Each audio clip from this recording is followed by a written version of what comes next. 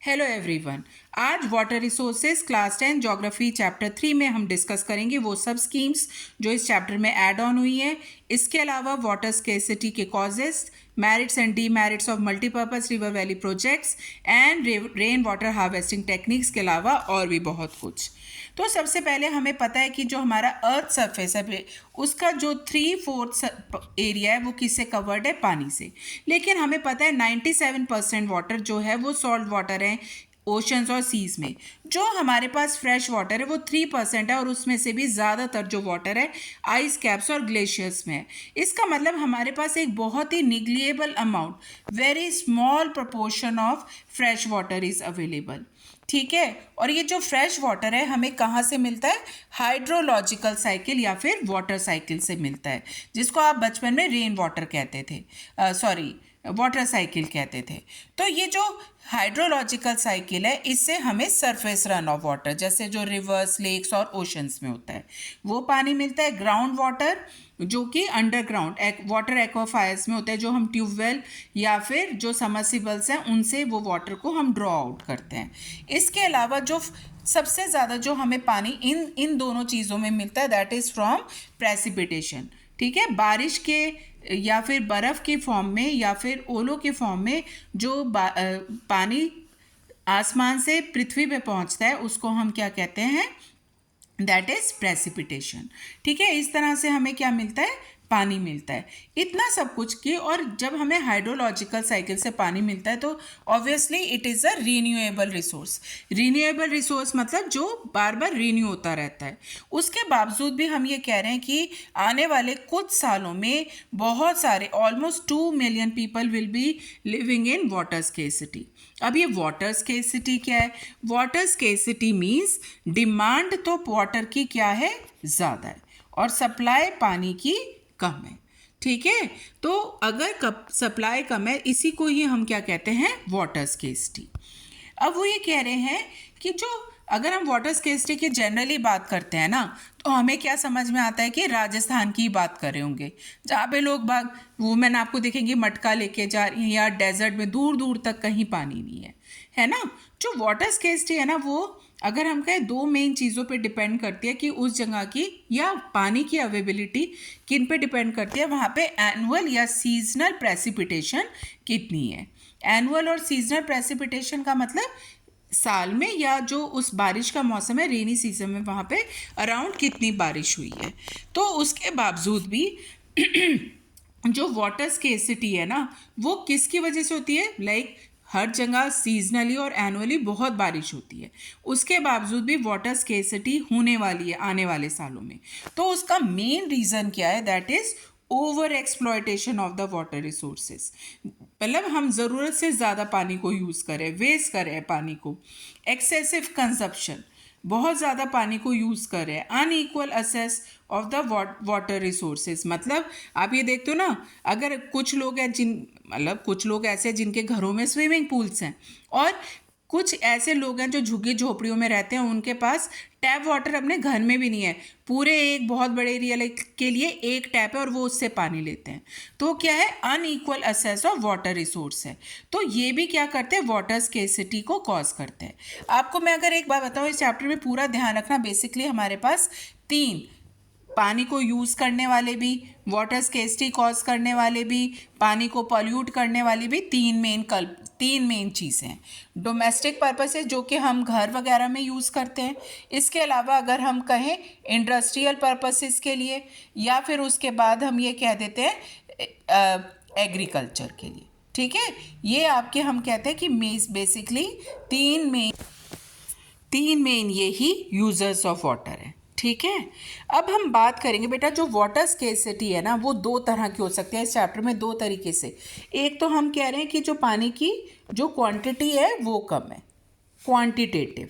एक होता है क्वालिटेटिव, पानी तो है लेकिन उसकी क्वालिटी ऐसी है कि आप उसे कंज्यूम नहीं कर सकते। तो पानी की क्वांटिटी किस वजह से कम होती जा रही है? बिकॉज हमारी पॉपुलेशन क्या होती जा रही है? बढ़ती जा रही है।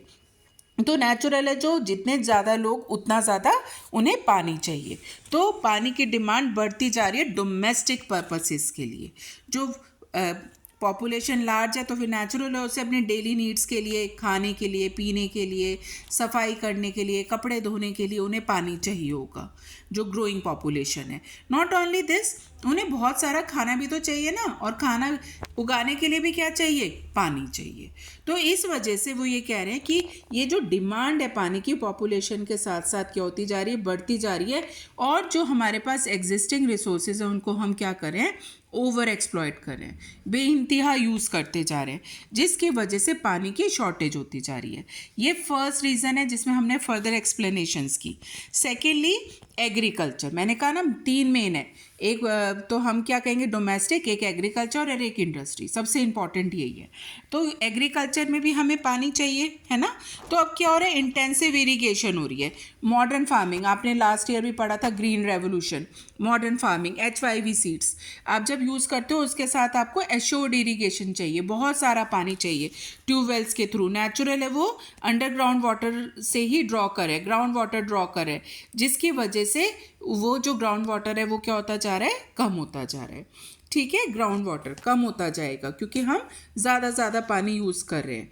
इसके अलावा अगर हम कहें तो हमारी जो ये फूड स्केर्सिटी को भी क्या कर सकता है, अभी तो हमें खाना ज़्यादा चाहिए, हम ज़्यादा पानी यूज़ करें, लेकिन आने वाले टाइम में जब ये पानी ख़त्म हो जाएगा तो क्या हमारे पास फूड सिक्योरिटी होगी, खाना रहेगा?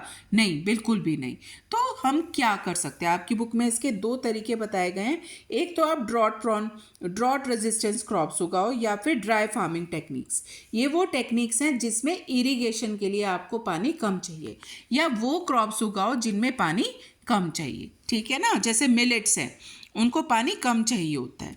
अब थर्ड जो इम्पॉर्टेंट रीज़न है वाटर स्केर्सिटी का, दैट इज़ इंडस्ट्रियलाइजेशन। इंडस्ट्रियलाइजेशन, जो इंडस्ट्रीज़ है ना बेटा, इन पोस्ट इंडिपेंडेंस बहुत सारी इंडिया में MNCs हैं, उन्होंने अपना पैसा इन्वेस्ट किया है, बहुत सारी फैक्ट्री सेटअप हुई हैं। तो ये जो सारी फैक्ट्रीज़ हैं, कोई भी फैक्ट्री ऐसी नहीं होती जिसमें पानी ना यूज़ होता हो। तो they are the heavy users of water. Not only this, they run on electricity. और जो ये इलेक्ट्रिसिटी है ना, ये भी किसकी वजह से है, ये भी कहाँ से बनती है, जैसे हाइडल इलेक्ट्रिसिटी है वो भी किससे बनती है, पानी से बनती है। नॉट ओनली दिस, ये क्या करते हैं, अपने सारा वेस्ट किस में कर देते हैं, वाटर बॉडीज़ में डंप कर देते हैं, और पानी की क्वालिटी ख़राब कर देते हैं, उस पानी को हम यूज़ नहीं कर सकते। तो इन तीनों तरीके से जो इंडस्ट्रीज़ हैं वो वाटर स्केर्सिटी कॉज करती हैं। बेटा ये वाला बहुत इंपॉर्टेंट क्वेश्चन है, ये आपको आना चाहिए, ये बोर्ड एग्जाम्स में अलग से आता है कि इंडस्ट्रियलाइजेशन की वजह से वाटर स्केर्सिटी कैसे कॉज होती है। ठीक है, वैसे तो कॉजेज सारे ही इंपॉर्टेंट है, अभी तक हमने जितने किए मैं बोर्ड के हिसाब से बता रही हूँ, ये वाला क्वेश्चन बहुत आता है।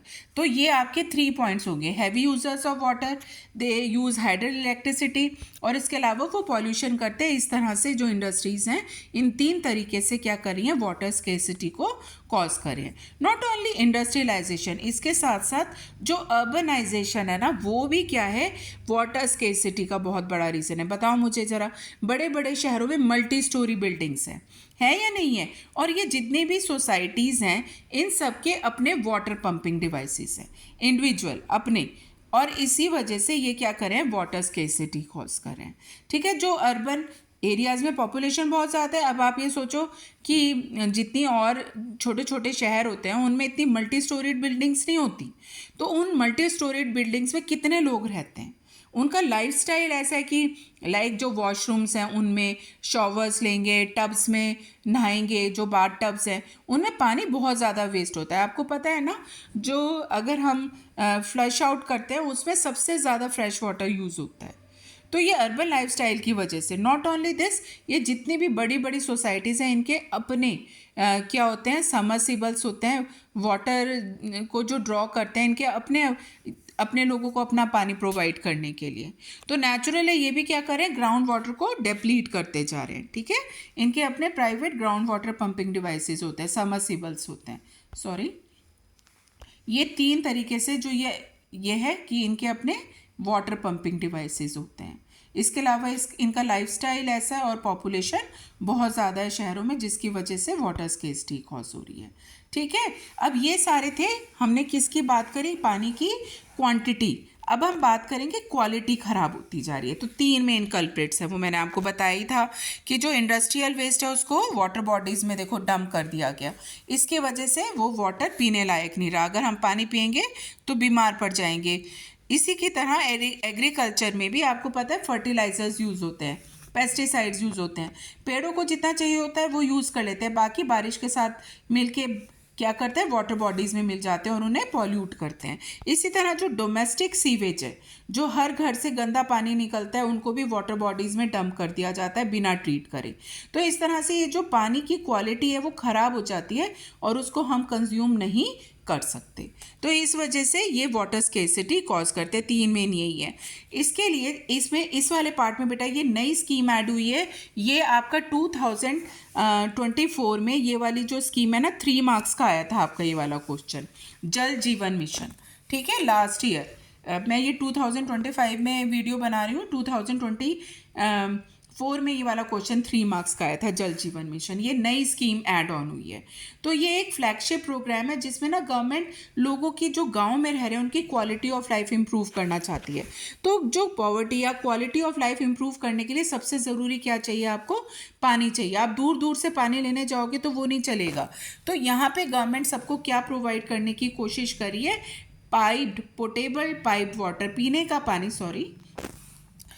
का पानी जो कि उन्हें पाइप्स के थ्रू मिलेगा, मतलब टैप्स के थ्रू। इस तरह से हर घर में हर किसी को पानी मिलेगा, ठीक है, रेगुलर बेसिस पे और लॉन्ग टर्म बेसिस पे। यानी कि बस थोड़े दिन दिया तो हर घर में क्या होंगे? टैप वाटर कनेक्शंस होंगे। ये मेन मोटिव है जल जीवन मिशन का, ठीक है। तो फ्लैगशिप प्रोग्राम है improve the quality of life. तो इसमें हर हाउस होल्ड को पोर्टेबल वाटर मिलेगा, ठीक है, रेगुलर बेसिस पे मिलेगा, लॉन्ग टर्म बेसिस पे मिलेगा। तो ये एक तरीका है गवर्नमेंट का वाटर स्केर्सिटी को ओवरकम करने का। अब हमें वाटर स्केर्सिटी से क्यों फाइट करना है? हमें वाटर को कंजर्व क्यों करना है? Why it is need of the hour to conserve the water resources? क्यों? अब बताओ, उसके बिना हमें खाना मिलेगा? नहीं मिल सकता। इसके अलावा अगर हमें खाना नहीं मिलेगा तो what happen to our health? हमारी हेल्थ ख़राब हो जाएगी। तो हमें अपने आप को हेल्थ हज़ार्ड्स से बचाने के लिए, अपनी वेल बीइंग के लिए हमें पानी चाहिए। इसके अलावा फूड सिक्योरिटी के लिए, जितना भी खाना उगता है उसके लिए वो बिना पानी के नहीं उग सकता। इसके अलावा हमें अपने लाइवलीहुड या डेली नीड प्रोसेसेस के लिए चाहिए, है ना। इसके अलावा जितने भी प्रोडक्टिव एक्टिविटीज़ हैं उनके लिए चाहिए, इंडस्ट्रियल पर्पसेस, एग्रीकल्चरल पर्पसेस के लिए चाहिए, फ्यूचर यूज़ के लिए चाहिए, और अपने इकोलॉजिकल बैलेंस को मेंटेन करने के लिए चाहिए, है ना। ये सारे रीजंस है कि हमें पानी को क्यों बचाना है। ये भी एक इम्पॉर्टेंट क्वेश्चन है, बहुत पहले आता था ये, कि why we need to conserve water. Conservation of water is need of the hour. तो आप ये 4-5 पॉइंट्स लिख सकते हो अपने आप को हेल्थ हज़ार्ड से बचाने के लिए, फूड सिक्योरिटी के लिए, लाइवलीहुड प्रोसेसेस के लिए, प्रोडक्शन एक्टिविटीज़, इंडस्ट्रीज़ और एग्रीकल्चर पर्पसेस के लिए, इको सिस्टम को बचाने के लिए, अपने इकोलॉजिकल बैलेंस को मेंटेन करने के लिए, या फिर फ्यूचर यूज़ के लिए, ठीक है। तो वो किया कि we have to act now in order to secure our tomorrow. ये जस्ट एक मॉरल लेसन है which you should take from this part. Now water engineering through ages, मतलब ये नहीं है कि आज हम multipurpose river valley project, Sardar Sarovar dam और सब बना रहे हैं। पुराने ज़माने में कुछ नहीं होता था, पहले ज़माने के लोग भी बहुत इंटेलिजेंट थे।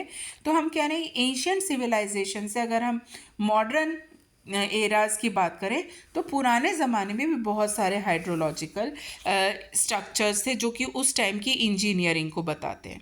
तो कह रहे कि जो एंशियंट टाइम्स थे उस वक्त पत्थर के रेजर्वॉयर्स और इस तरह के डैम्स बिल्ट होते थे। आज़ादी के बाद फिर हमने मल्टीपर्पज़ रिवर वैली प्रोजेक्ट्स बनाए जिससे कि हमारे देश की तरक्की हो सके। अब हम क्या कर रहे हैं, इंटीग्रेटेड मॉडर्न एरा में integrated water resource management contributing to multi uses and benefits. अब हम नए नए तरीके निकाल रहे हैं हर जगह के हिसाब से जिससे कि हम अपने वाटर रिसोर्स को प्रॉपर्ली यूटिलाइज कर सकें। अब एंशिएंट इंडिया में अगर हम बात करें, ये हाइड्रोलिक स्ट्रक्चर्स हैं। इनको क्या कह रहे हैं हम? Hydraulic structures. तो 1st सेंचुरी BCE में श्री रंगावेरापुरा इलाहाबाद के पास, वहाँ पे गंगा के फ्लड वाटर को बनाने के लिए उन्होंने चैनल्स बनाए थे। तो मैं ये आपको समझा देती हूँ एक बार। जैसे रिवर गंगा फ्लो कर रही है, अगर फ्लड आएगा तो यहाँ सब आसपास के पानी एरियाज में पानी भर जाएगा, तो फ्लड्स आ जाएंगे। तो इसको कंट्रोल करने के लिए उन्होंने क्या किया, इसमें इस तरह से चैनल्स बना दिए। ठीक है, तो अब जब बाढ़ का पानी आएगा तो वो सिर्फ इन चैनल्स में जाएगा, इन गड्ढों में जाएगा। ठीक है, और फिर आगे जाके इन गड्ढों से जो आगे फील्ड्स हैं उन्हें क्या कर लिया जाएगा, इरिगेट कर लिया जाएगा। तो पुराने, आज भी होता है ये वाला तरीका। ठीक है, श्रीरंगावेरापुरा में उस वक्त ये वाला मेथड यूज़ होता था। इसके अलावा मौर्यन एरा में जो चंद्रगुप्त मौर्य, आपने सुना होगा, एक बहुत रिनाउंड थे जिन्होंने ये चंद्रगुप्त मौर्यन डायनेस्टी को फाउंडेशन ले की थी। तो इन्होंने अपने रेन में, अपने जो उनकी किंगडम थी उसमें उन्होंने बहुत सारे, अपनी एम्पायर में इनफैक्ट बहुत सारे डैम्स, लेक्स और इरिगेशन वर्क्स बनवाए थे। इसी तरह 11th सेंचुरी BCE में जो भोपाल लेक है, ये आर्टिफिशियल लेक है, लार्जेस्ट ऑफ इट्स टाइम, इसको डग किया गया था जिसमें बारिश का पानी को स्टोर करके रखा जा सके। इसके अलावा 14th सेंचुरी में इल्तमिश, जो दिल्ली सल्तनत स्लेव डायनेस्टी को बिलोंग करते थे, इन्होंने हौस खास दिल्ली में एक टैंक, मतलब he got constructed a part, और इसमें वो, इससे सिरी फोर्ट को पानी जाता था, ये सारा जो सिरी फोर्ट को पानी मिलता था। इसके अलावा जैसे कलिंगा, जो उस वक्त का उड़ीसा है, वहाँ पे भी इरिगेशन वर्क्स थे। आंध्र प्रदेश, कर्नाटका, महाराष्ट्र, उस वक्त यहाँ पे भी बहुत सारे वाटर हार्वेस्टिंग टेक्निक्स को यूज़ किया गया था regionally in order to provide the water. ये भी हाइड्रोलिक स्ट्रक्चर्स में ही आता है। अब हम बात करेंगे मल्टीपर्पज़ रिवर वैली प्रोजेक्ट्स की एंड वाटर मैनेजमेंट की। ठीक है, जो अब ये मॉडर्न एराज में अब क्या यूज़ करें, बहुत सारे पर्पसेस के लिए multipurpose river valley projects use करें। तो सबसे पहले हमें पता होना चाहिए what is a dam. Dam क्या होता है बेटा, इट्स अ बैरियर। बैरियर आपको पता है ना, कुछ भी रोकने के लिए। जैसे एक रिवर फ्लो कर रहा है, इस रिवर के ऊपर अगर हम एक बैरियर बना दें ऊंचा सा, और फिर ये जो रिवर वाटर है इसे यहाँ पीछे एक रेजर्वॉयर में इकट्ठा कर ले, और फिर इसमें स्पिलवेज बना दें और अपने हिसाब से पानी को आगे रिलीज करें, इसी को ही आज के ज़माने का डैम कहा जाता है। ठीक है, जो ये डैम है ना, ये कई तरह के हो सकते हैं उनके स्ट्रक्चर के हिसाब से। जैसे लकड़ी का बना हुआ है, पत्थर का बना हुआ है, कंक्रीट का बना हुआ है, मैसनरी डैम है, डैम है, या एम्बार्कमेंट है, या टिम्बर है।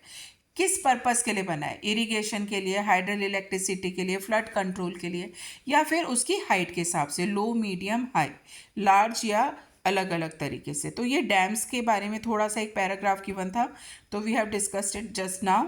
ये भी इंपॉर्टेंट क्वेश्चन है बेटा कि what are the merits, what are the advantages, what are the benefits of the multipurpose river valley projects। तो वो आपको क्या करते हैं, they provide water for irrigation. वो आपको क्या प्रोवाइड करते हैं, वाटर प्रोवाइड करते हैं इरिगेशन के लिए।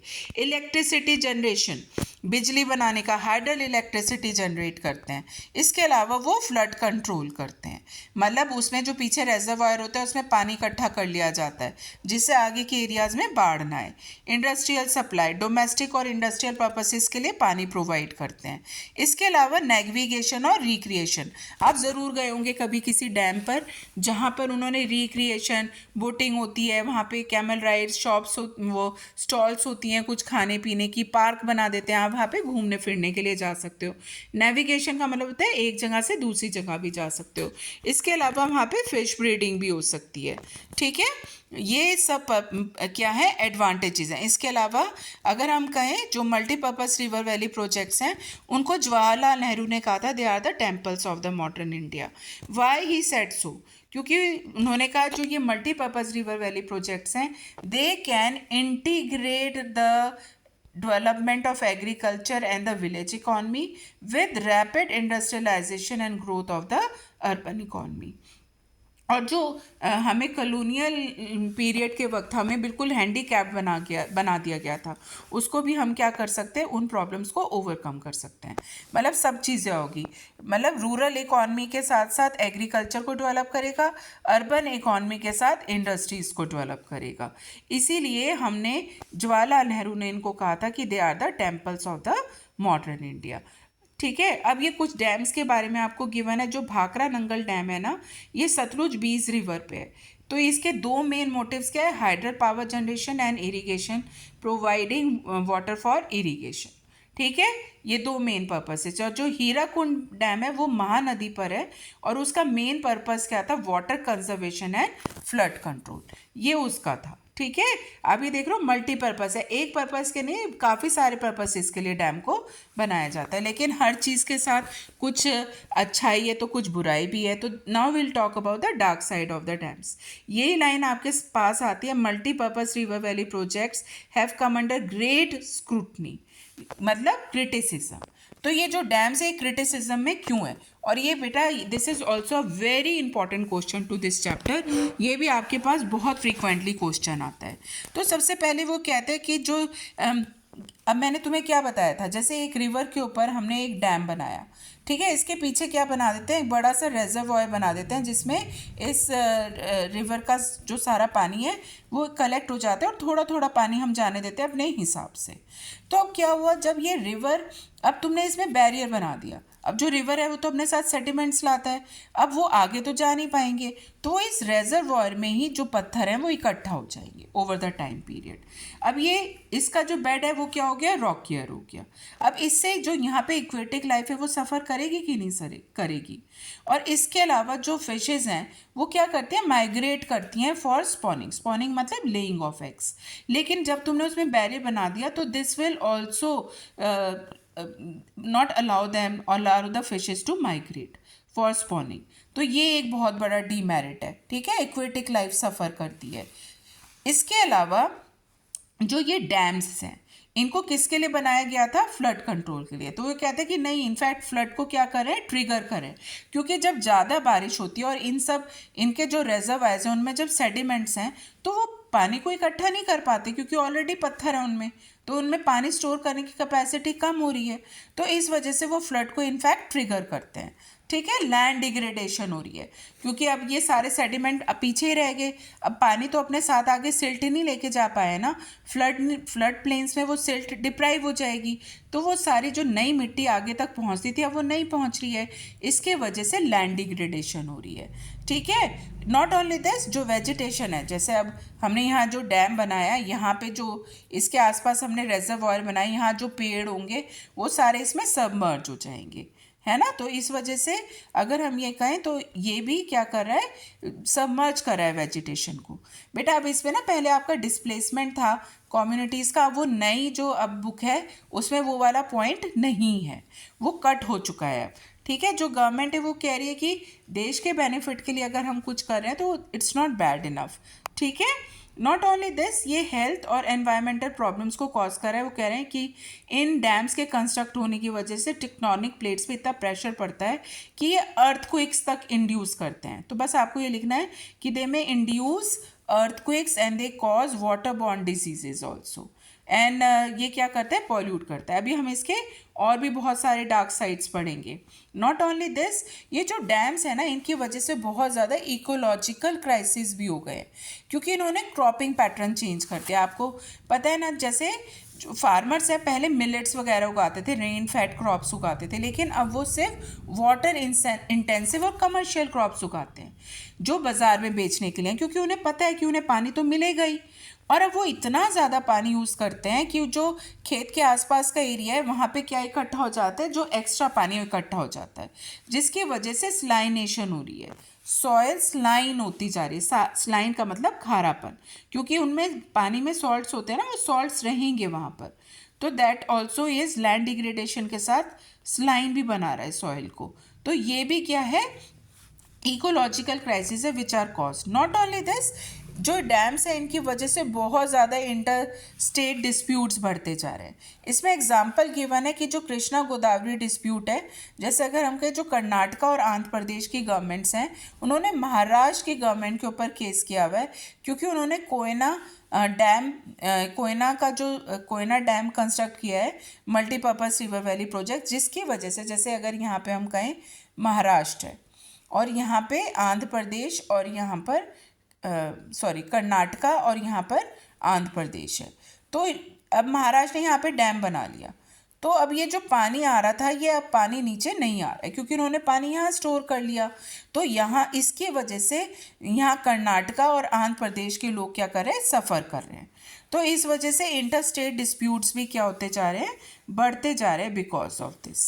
ठीक है, because of the multipurpose river valley projects. Not only this, अब क्या है, गवर्नमेंट को इसको डैम्स बनाना छोड़ दे, नहीं, क्योंकि डैम्स की बहुत ज़्यादा इम्पॉर्टेंस भी है। तो गवर्नमेंट ने इसके अलावा, अब हम 2 स्कीम्स की बात करेंगे। सबसे पहले ये भी नई स्कीम ऐड ऑन हुई है, प्रधानमंत्री कृषि सिंचाई योजना। ये एक नया अप्रोच है जिसमें हम सस्टेनेबल वाटर मैनेजमेंट इंश्योर करेंगे। ठीक है, जिससे कि किसानों को पानी भी मिलेगा खेत के लिए और पानी वेस्ट नहीं होगा, जो भी हमने बात किया। तो गवर्नमेंट चाहती है कि जो ड्रॉट प्रोन एरियाज़ हैं जहाँ पे पानी की शॉर्टेज रहती है, तो उसमें हर खेत को क्या मिलेगा, पानी, हर खेत को पानी मिलेगा। और पर ड्रॉप मोर क्रॉप, मतलब हर बूंद से ज़्यादा पैदावार लेने की कोशिश की जाएगी। और ये सस्टेनेबल प्रैक्टिसेस को और ज़्यादा प्रैक्टिस किया जाएगा। मतलब सस्टेनेबल मतलब आपकी ज़रूरतें भी पूरी हों और आप एनवायरनमेंट को भी ना हार्म करें और फ्यूचर जनरेशन्स के लिए भी पानी को बचा के रख सकें। आगे ना बात समझ में, ये प्रधानमंत्री कृषि सिंचाई योजना है। अब इसके अलावा अटल बहुजल योजना है, तो ये भी वाटर मैनेजमेंट का एक तरीका है। ये देखो ये कितनी ग्राम पंचायत में शुरू गई है, 8220 ग्राम पंचायत में, जो कि ये वाटर स्ट्रेस्ड एरियाज़ थे। यहाँ पे जो लोग हैं वहाँ पे लाइक उनकी लाइफ्स को ट्रांसफॉर्म करने के लिए पानी की बहुत ज़्यादा शॉर्टेज है। बेसिकली इन 7 स्टेट्स की बात करें, ये ड्राई स्टेट्स है। गुजरात, मतलब यहाँ पे पानी की शॉर्टेज रहती है। गुजरात, हरियाणा, कर्नाटका, मध्य प्रदेश, महाराष्ट्र, राजस्थान एंड उत्तर प्रदेश। तो ये जो 30% नेशनल कवरेज हो रही है of India's water stressed blocks included in this programme. तो ये क्या है, for conservation, from consumption to conservation. तो इसका behavioural change in the communities की भी पानी को बचाना है। Shifting attitude towards the smart water management and sustainable practices, लोगों को सिखाना है कि कैसे पानी को बचाना है, कैसे पानी को मैनेज करना है और सस्टेनेबल प्रैक्टिसेस को कैसे यूज़ करना है, क्योंकि बेटा आने वाला ज़माना बस इन्हीं चीज़ों पर है। तो ये 3 स्कीम्स थी जो इसमें ऐड ऑन हुई है। ये सरदार सरोवर डैम के बारे में भी ये नया है।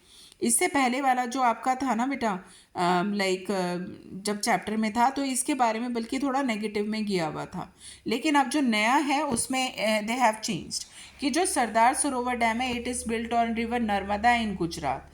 तो ये क्या है, one of the largest water resource project है।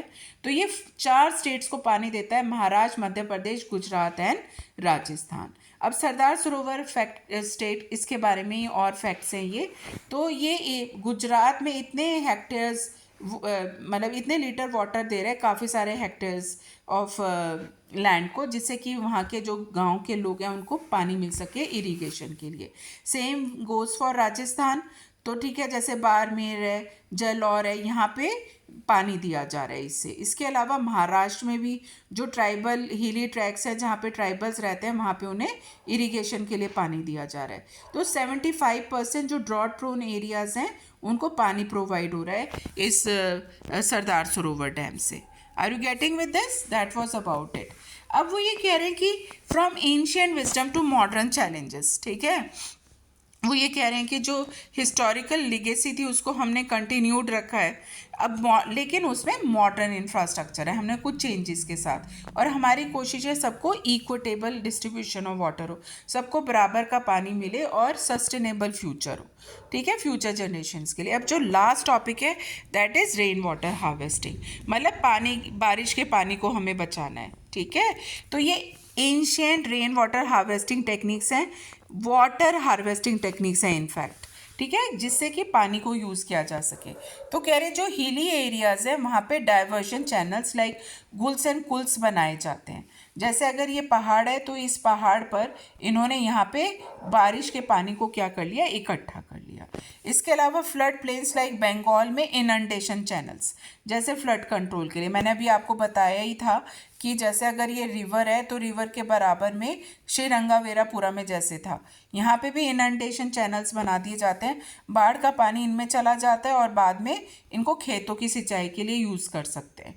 इसके अलावा राजस्थान में रूफटॉप रेन वाटर हार्वेस्टिंग होती है, और इसी तरह खादिन्स और हैं जैसलमेर में, और जौहर्स है राजस्थान में, ये भी रेन फेड स्ट्रक्चर्स हैं। कुछ नहीं है, छोटे छोटे आर्टिफिशियल पॉन्ड्स हैं।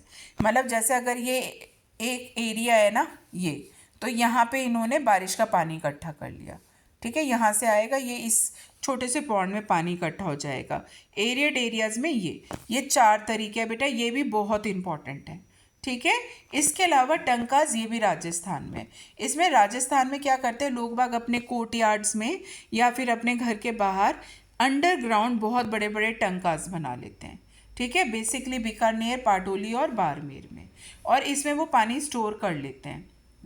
बताया कितना बड़ा साइज है इन टंकास का, ठीक है। और फिर ये जो टंकास है ना, कैसे वर्क करते हैं, जैसे ये मैंने बताया छत पे से बारिश का पानी इनके अंदर इकट्ठा कर दिया जाता है। ये प्रॉपर टंकास नहीं है, तो अगर मैं कहूँ ये प्रॉपर टंकास होते हैं, तो यहाँ पे इस तरह से टंकास बना दिए जाते हैं। पहला पानी नहीं यूज़ करते, उसके बाद वाला सारा पानी इसमें कलेक्ट कर लेते हैं, और वहाँ के लोग इसको प्योरेस्ट फॉर्म ऑफ वाटर मानते हैं। पार्लर पानी बोलते हैं इसके पानी को, और बहुत सारे लोग तो अभी भी यही वाला मेथड यूज़ करते हैं। उन्हें जो और पानी के सोर्सेज हैं वो नहीं अच्छे लगते, जैसे अब इंदिरा गांधी कैनाल से वहाँ पानी आता है ना, उनको वो नहीं पसंद आता, वो अभी भी टैंकाज का ही पानी यूज़ करते हैं। इसके अलावा अगर मैं ये कहूँ, जो इन टैंकाज हैं ना, इनके बराबर में वो कमरे भी बना लेते हैं, तो वो बहुत ठंडे रहते हैं गर्मियों में, तो एयर कंडीशन की ज़रूरत नहीं है, आप उन कमरों में रह भी सकते हो। तो modern decline and new hope challenges बता रहे, जो राजस्थान है ना, वहाँ पे रूफ टॉप हार्वेस्टिंग मैंने बताया अब धीरे धीरे कम होती जा रही है, क्योंकि वहाँ पे पेरिनियल इंदिरा गांधी कैनाल है। पेरिनियल मतलब पूरे साल पानी देता है उन्हें, इरिगेशन और हर काम के लिए। लेकिन जो अभी भी गांव और शहर में बहुत सारे ऐसे लोग हैं जो कि roof top rain water harvesting करते हैं पानी को कंजर्व करने के लिए, और ये ज़रूरी है। मतलब अब हमें क्या करना है कि कैनाल्स के बजाय अपना पर्सनल रेन वाटर हार्वेस्टिंग के मेथड्स को यूज़ करना है। समझ में आ गया? तो उसके अलावा गौंथाथूर एक ये विलेज है, इसका एग्जाम्पल दिया गया है, ये मैसूर में। यहाँ पे ऑलमोस्ट हर घर क्या करता है, रेन वाटर हार्वेस्टिंग यूज़ करता है, ठीक है। यहाँ पे 200 से ज़्यादा घर हैं, और वो 1000 मतलब जितनी बारिश होती है उसका 80% वाटर वो क्या कर लेते हैं, कलेक्ट कर लेते हैं। मतलब वो कहीं और नहीं, अपने आप ही अपने लिए पानी स्टोर कर लेते हैं। तो ये एक बहुत ही अच्छा एग्जाम्पल है कि क्या करना चाहिए। इसके अलावा शिलोंग की अगर हम बात करें, हमें पता है ना मेघालय की कैपिटल है, उसी के पास मौसिनराम और चिरापुंजी है, जहाँ पे दुनिया की सबसे ज़्यादा बारिश होती है। उसके बावजूद भी यहाँ पे वाटर शॉर्टेज है। हिली एरियाज़ में ज़्यादातर पानी की शॉर्टेज होती है।